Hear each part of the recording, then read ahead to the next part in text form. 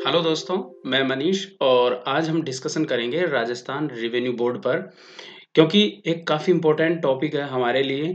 जैसा कि आपको पता है आरएस मेंस में भी इससे रिलेटेड क्वेश्चंस पूछे जाने के चांसेस रहेंगे और बाकी आने वाले एग्जाम्स में इससे संबंधित क्वेश्चंस बन सकते हैं। तो क्या क्वेश्चन बन सकते हैं वो भी हम डिस्कशन करेंगे और साथ ही देखेंगे कि ये क्यों चर्चा में है और आखिर हमें डिस्कशन करने की ज़रूरत क्यों पड़ रही है इतने डिटेल से इसके बारे में। तो जैसा कि आपने अखबार में पढ़ा होगा, रेवेन्यू बोर्ड के सदस्यों को घूस लेते हुए पकड़ा गया था। घूस लेकर एक्चुअली घूस रंगे हाथ नहीं पकड़ा गया था, पर इनके घर पर 40-40 लाख रुपए मिले थे। 2 सदस्य हैं, एक तो आपके बीएल मेहरड़ा साहब हैं और एक आपके सुनील शर्मा हैं। साथ ही इनके साथ एक दलाल पकड़ा गया था जिसका नाम था शशिकांत। तो और इसके अलावा मतलब जो चेयरमैन है, जो हमारे रेवेन्यू बोर्ड के चेयरमैन है वेंकटेश्वरमन, तो इनकी भी भूमिका को संदिग्ध पाया गया है। मतलब एसीबी कंटिन्यूअसली आप देख रहे होंगे कि राजस्थान में एक बहुत बड़ी कार्रवाई को अंजाम दे रही है रेगुलर, मतलब आए दिन एसीबी की कोई ना कोई धरपकड़ होती है। तो एसीबी के बारे में भी हम आने वाले टॉपिक्स में डिस्कशन करेंगे, लेकिन ये काफ़ी इंपॉर्टेंट टॉपिक था, आज की खबर थी, इस वजह से हमने इसके बारे में आज डिस्कशन कर रहे हैं। बाकी एसीबी पे भी डिटेल डिस्कस होगा हमारा, ठीक है। तो जुड़े रहिए चैनल से। आपको अगर पसंद आता है तो आप लाइक ज़रूर करना और अपने दोस्तों के साथ में शेयर कर दो इसको, ताकि हम ज़्यादा से ज़्यादा टॉपिक पर आपसे डिस्कशन करते रहें। तो शुरू करने से पहले आप लोगों को बता दें कि मैं अनअकैडमी प्लस पर एजुकेटर हूं और कंटिन्यूअसली आरएस, पटवार, एसआई और इन एग्ज़ाम से रिलेटेड कोर्सेज चल रहे हैं अनअकैडमी प्लस पर। मैं भी वहां रेगुलर कोर्सेज ले रहा हूं, वहां पर पीडीएफ नोट्स आपको प्रोवाइड होंगे। अनलिमिटेड क्विज डिस्कशन होता है, क्विज करवाए जाते हैं, लाइव भी होता है। और इसके अलावा आप लाइव और रिकॉर्डेड क्लासेस भी देख सकते हैं, लाइव डाउट क्लियरिंग सेशंस होते हैं। तो आपको अनअकैडमी कैसे ज्वाइन करना है? प्ले स्टोर पे जाना है, अनअकैडमी लर्निंग एप्लीकेशन डाउनलोड करके आरपीएससी को फॉलो करना है और आरपीएससी में आप मुझे मनीष MENEESH शर्मा, ये मेरा पूरा नाम है, आप मुझे फॉलो कर लें वहाँ पर। और इसके साथ अगर आप सब्सक्रिप्शन लेते हैं तो आप मेरा मनीष लाइव जो कोड है इसका यूज़ करके अनअकैडमी प्लस का सब्सक्रिप्शन ले सकते हैं। इससे आपको 10% डिस्काउंट मिलेगा। साथ ही इस पूरे वीडियोस की जो भी हम वीडियो डिस्कशन करेंगे, इनकी पीडीएफ देखने के लिए आपको मनीष लाइव टेलीग्राम चैनल को ज्वाइन कर लेना है। वहाँ पर आपको ये कंप्लीट पीडीएफ मिल जाएगी, ठीक है।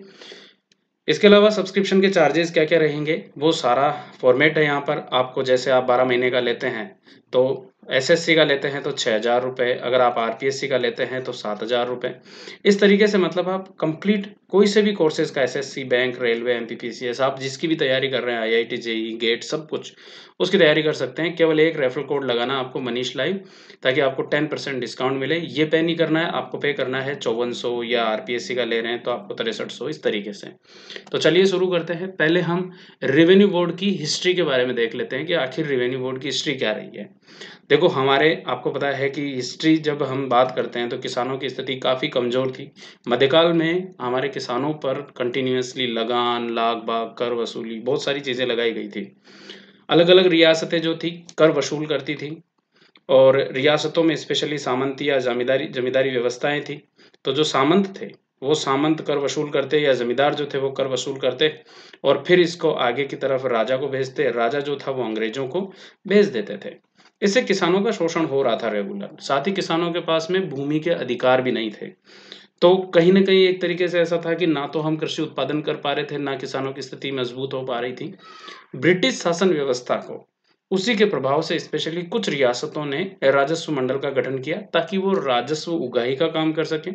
साथ ही इसके अलावा जैसे कोई कर वगैरह और ये लगते हैं तो उनको नियंत्रित कर सके, भूमि पर नियंत्रण कर सके। इसलिए सबसे पहली बार राजस्थान में जो प्रयास किया गया था राजस्व मंडल बनाने का, वो बीकानेर में हुआ था 1909 में।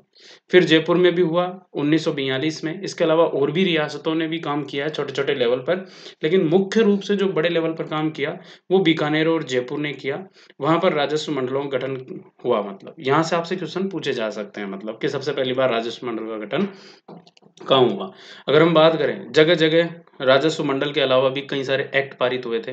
जैसे अगर हम बात बात करें, कोटा रेवेन्यू सर्कुलर है, Karauli state land revenue code है, जयपुर विलेज सर्विसेज रूल है, जयपुर लैंड रेवेन्यू एक्ट है, डूंगरपुर रेवेन्यू रूल्स है, बांसवाड़ा क्वेद माल है। इसके अलावा अगर आप देखोगे बीकानेर लैंड रिवेन्यू एक्ट बनाया गया था, मेवाड़ लैंड रिवेन्यू कोड बनाया गया है, सिरोही लैंड रिवेन्यू कोड बना हुआ है। इसके अलावा अलवर में और जगह-जगह पर ऐसे कोड मतलब या कोड या कोई हम कह सकते हैं कि एक्ट या रूल कुछ न कुछ बनाया गया है सब जगह पर। तो ये जब हमारे राजस्व मंडल की शुरुआती बातें हैं, मतलब राजस्व के मामले में हमारा प्रशासन किस तरीके से रियासतकालीन राजस्थान में। इन सब राजस्व मंडलों को बनाने का उद्देश्य क्या था? ताकि प्रशासन में केंद्रीकरण लाया जा सके। क्योंकि आपको पता है कि इसके बाद में हम कहते हैं कि 1937 से तो प्रॉपरली, और हालाँकि जयपुर में सबसे पहले 1932 में प्रजामंडल आंदोलन चल चुके थे। किसानों के आंदोलन हो रहे थे, तो कहीं न कहीं प्रशासन में कार्यकुशलता लेकर आना ज़रूरी था, किसानों के हितार्थ कार्य करना था। तो कार्यकुशलता, प्रभावी नियंत्रण और निरीक्षण के भी कार्य सौंपे गए थे राजस्व मंडलों को। फिर भू राजस्व के अलावा सीमा शुल्क वसूली का भी काम करते थे, आबकारी का भी काम करते थे, नाबालिग संरक्षण का भी काम करते थे, पशुबंध या मुद्रा और पंजीयन के कार्य भी ये राजस्व मंडल किया करते थे। फिर जब एकीकरण चल रहा था, तो एकीकरण का 14वां जो चौथा चरण था, 14वां क्या, है ना? एकीकरण का जो 4th चरण था वो था आपके वृहद राजस्थान का। और वृहद राजस्थान में जयपुर को राजधानी बना दिया गया 30 मार्च को। तो 30 मार्च तक जाते-जाते जयपुर का जो राजस्व मंडल था, उसको राजस्व मामलों का अंतिम अपीलीय न्यायालय बना दिया। भाई आप जयपुर का जो राजस्व मंडल हुआ करता था, उसको अंतिम अपीलीय न्यायालय बना दिया कि आप सभी राजस्व मंडल जितने भी हैं, उनका अपील आप लास्ट सुन सकते हो। ठीक है? ये सारे काम हो ही रहे थे। अब हुआ क्या कि जब जयपुर को राजधानी बनाने से हाई कोर्ट से रिलेटेड और साथ ही राजस्व मंडल से रिलेटेड ऑर्डिनेंस जारी किए गए थे। चौथे चरण में महाराजा मानसिंह जो थे जयपुर के, महाराजा सवाई महाराजा मानसिंह जो थे, उनको राज प्रमुख बनाया गया था। राज प्रमुख को बोला गया कि आप ऑर्डिनेंस जारी करो। 30 मार्च 1949 को राजस्थान का गठन हो ही गया था, वृहद राजस्थान का मेनली। तो उन्होंने 7 अप्रैल 1949 को, यानी कि 7 अप्रैल मतलब अगर हम बात करें ये वाला 7 अप्रैल 1949 को एक्चुअली उन्होंने एक अध्यादेश जारी किया। अध्यादेश में कुछ बातें लिखी हुई थी। हाई कोर्ट से रिलेटेड भी प्रोविजंस थे, राजस्व मंडल से रिलेटेड भी प्रोविजंस थे। उसमें ये प्रोविजन था कि ये जो अध्यादेश है वो 1 नवंबर को स्पेशली लागू हो जाएगा, और उसमें कुछ व्यवस्थाएं की गई थी कि कैसे हमें राजस्व मंडल बनाना है। तो 12 अगस्त 1949 को राजस्व मंडल की स्थापना जयपुर में की गई, और इसने 1 नवंबर 1949 से कार्य करना शुरू कर दिया। मतलब जयपुर में स्पेशली ये काम शुरू हो गया था। लेकिन जयपुर के बाद में जब अजमेर जुड़ता है, आपको पता है कि 1 नवंबर 1956 को अजमेर अंतिम चरण में हमारे राजस्थान में जुड़ जाता है। क्योंकि पहले ये एक केंद्रीय क्षेत्र हुआ करता था, सेंट्रल एक तरीके से यूनियन टेरिटरीज होती है, वैसे ही एक इलाका हुआ करता था, सेंट्रल इलाका। ठीक है?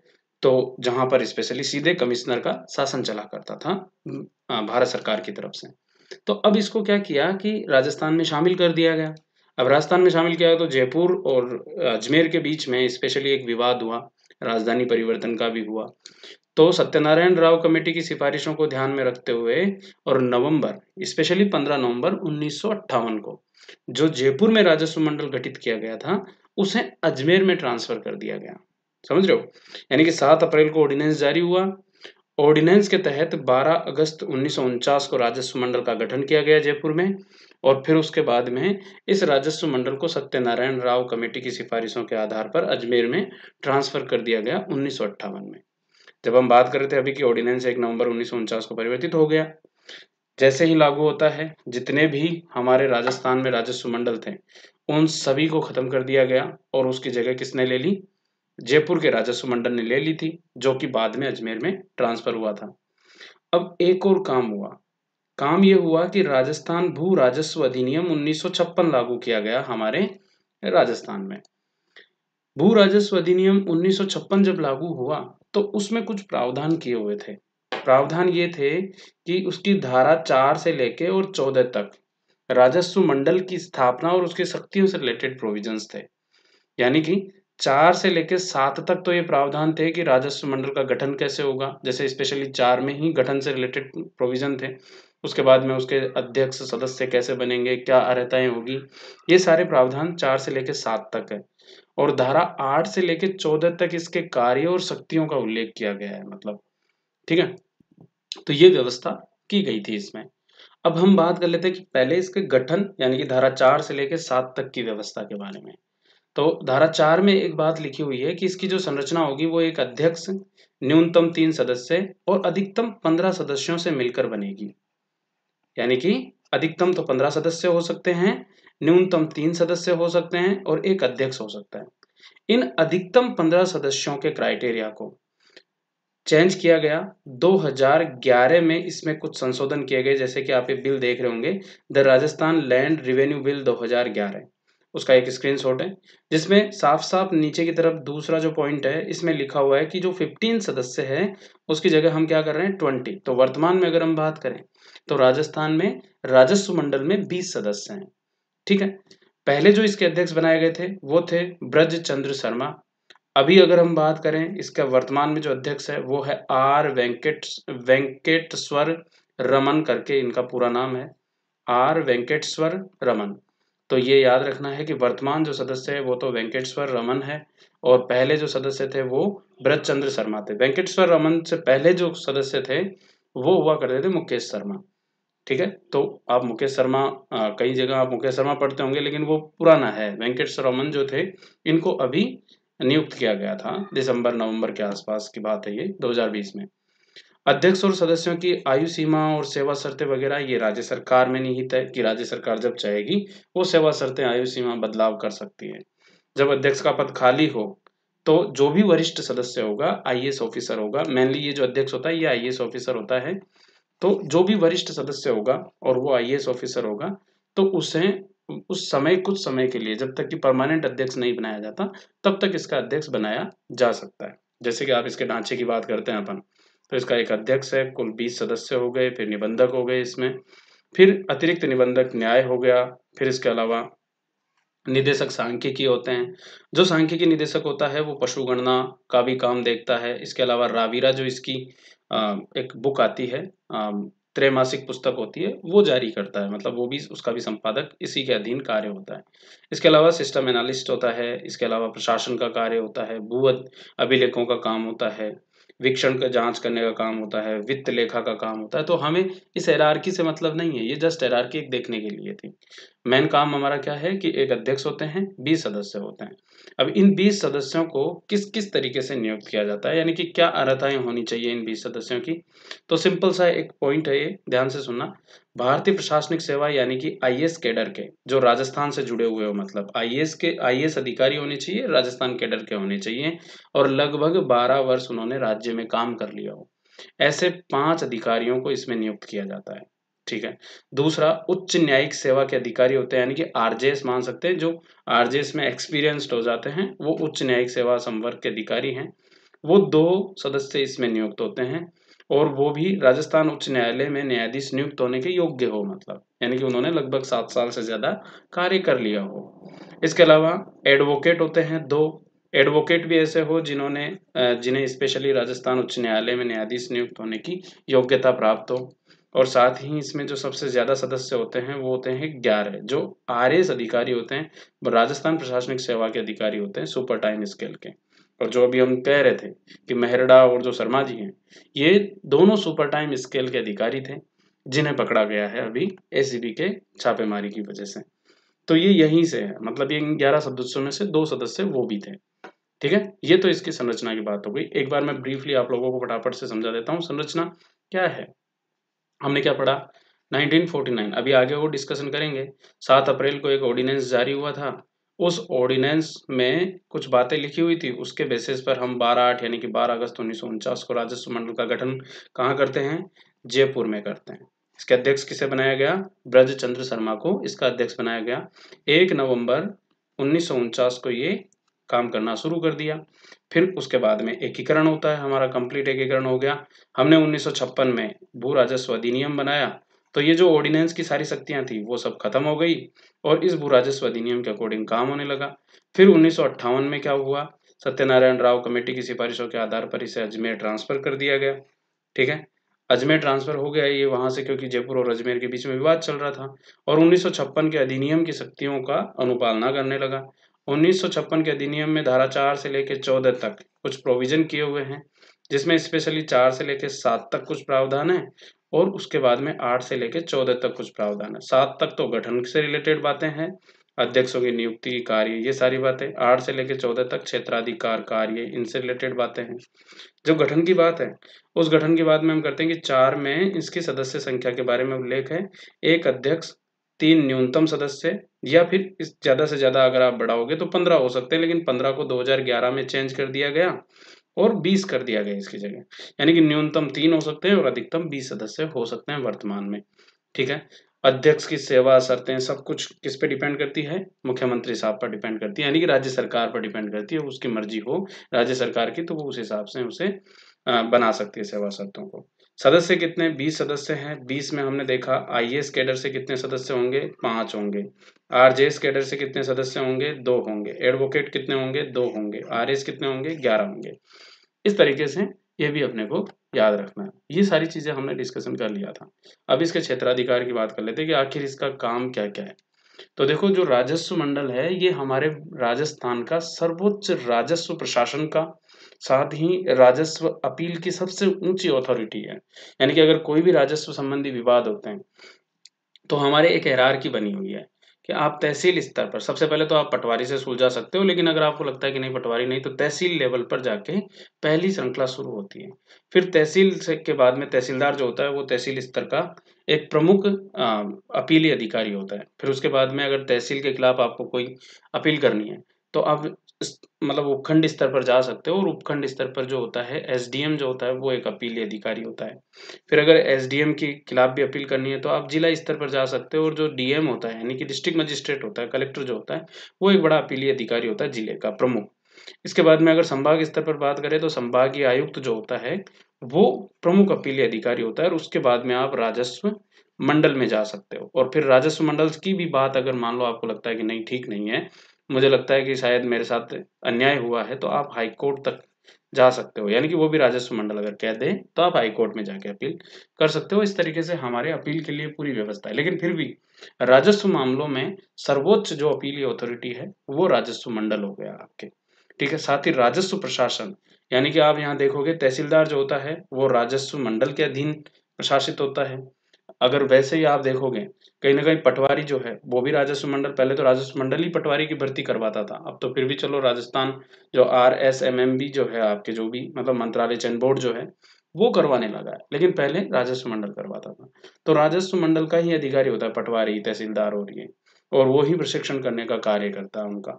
तो तहसील से लेके और हम कहते हैं राजस्व बोर्ड मंडल तक का पूरा हमारे एक हायरार्की बनी हुई है, लेकिन इसमें तहसीलदार राजस्व मंडल का अधिकारी है। ठीक है। बाकी तो सब कार्मिक विभाग के अधीन आते हैं। अब यहाँ हम कहते हैं 8 से लेकर 14 तक इसके क्षेत्राधिकार में तो उच्चतम राजस्व न्यायालय हो गया हमारा, एकदम हाईएस्ट अपीली अथॉरिटी हो गई। पुनरीक्षण करता है, निर्देशन करता है राजस्व मामलों से संबंधित। अधीक्षण करता है राजस्व न्यायालय जो भी होते हैं छोटे लेवल पर, या राजस्व अधिकारी जो होते हैं उन पर अधीक्षण और नियंत्रण का कार्य करता है। कार्य का वितरण और प्रशासनिक नियंत्रण, स्पेशली क्या होता है कि जो अध्यक्ष होता है वो बोर्ड के किस तरीके से कार्य चलेगा, कार्य बोर्ड को किस तरीके से शक्तियां दी जाए, या किस तरीके से कोई भी न्यायिक पीठ गठित की जाएगी। होता क्या है, इतने सदस्य हैं, 2 सदस्य, 3 सदस्य, 4 सदस्यों की कौन सा केस किस न्यायपीठ में जाना है, ये बोर्ड के अध्यक्ष पर डिपेंड करता है कि वो किस तरीके से उसे बनाता है। ऐसे ही वृहत्तर न्यायपीठ को निर्देशित करने की शक्ति भी होती है इसको। बोर्ड का जो अध्यक्ष होता है उस पर डिपेंड करता है कि अगर 2 सदस्यों की पीठ ने अगर मान लो कोई निर्णय दिया है तो उससे बड़ी पीठ को वो आगे निर्देशित कर सकता है कि वहां पर ये मामला जाएगा। इसके अलावा उच्च न्यायालय को भी निर्देशित करने की शक्ति होती है। जो न्यायपीठ गठित की जाती है वो अगर कह दें तो आप धारा 12 के तहत उच्च न्यायालय में जाके अपील कर सकते हो। मतभेद अगर कोई भी होता है न्यायपीठ में या सदस्यों में तो बहुमत के आधार पर निर्णय लिया जाता है। ठीक है। इसके अलावा जैसे कृषि सांख्यिकी एकत्रित करने का कार्य होता है इसका। पशु गणना करता है ये प्रत्येक 5 वर्ष में। राविरा नाम की एक त्रैमासिक पत्रिका का प्रकाशन करता है जिसमें राजस्व और राजस्व मंडल से रिलेटेड गतिविधियों का प्रकाशन होता है। इसके अलावा भूमि अभिलेखों का संधारण करता है, उन्हें संरक्षित करता है। राजस्व वसूली, बजटीय नियंत्रण या भू राजस्व प्रकरणों में राज्य सरकार को परामर्श देने का कार्य करता है। इस तरीके से काफी इंपॉर्टेंट काम है राजस्व मंडल के। हमने राजस्व मंडल की एक एक इंपॉर्टेंट बातों का डिस्कशन कर लिया। अब आप इसको बस एक बार अगर थोड़ा आपको लगता है कि नहीं इसको वापस देखें तो वापस देख के नोट्स बना लीजिए, और बाकी आपको पीडीएफ चाहिए तो मनीष लाइव टेलीग्राम चैनल को आप ज्वाइन कर लीजिए। हम वहीं पर मिलेंगे।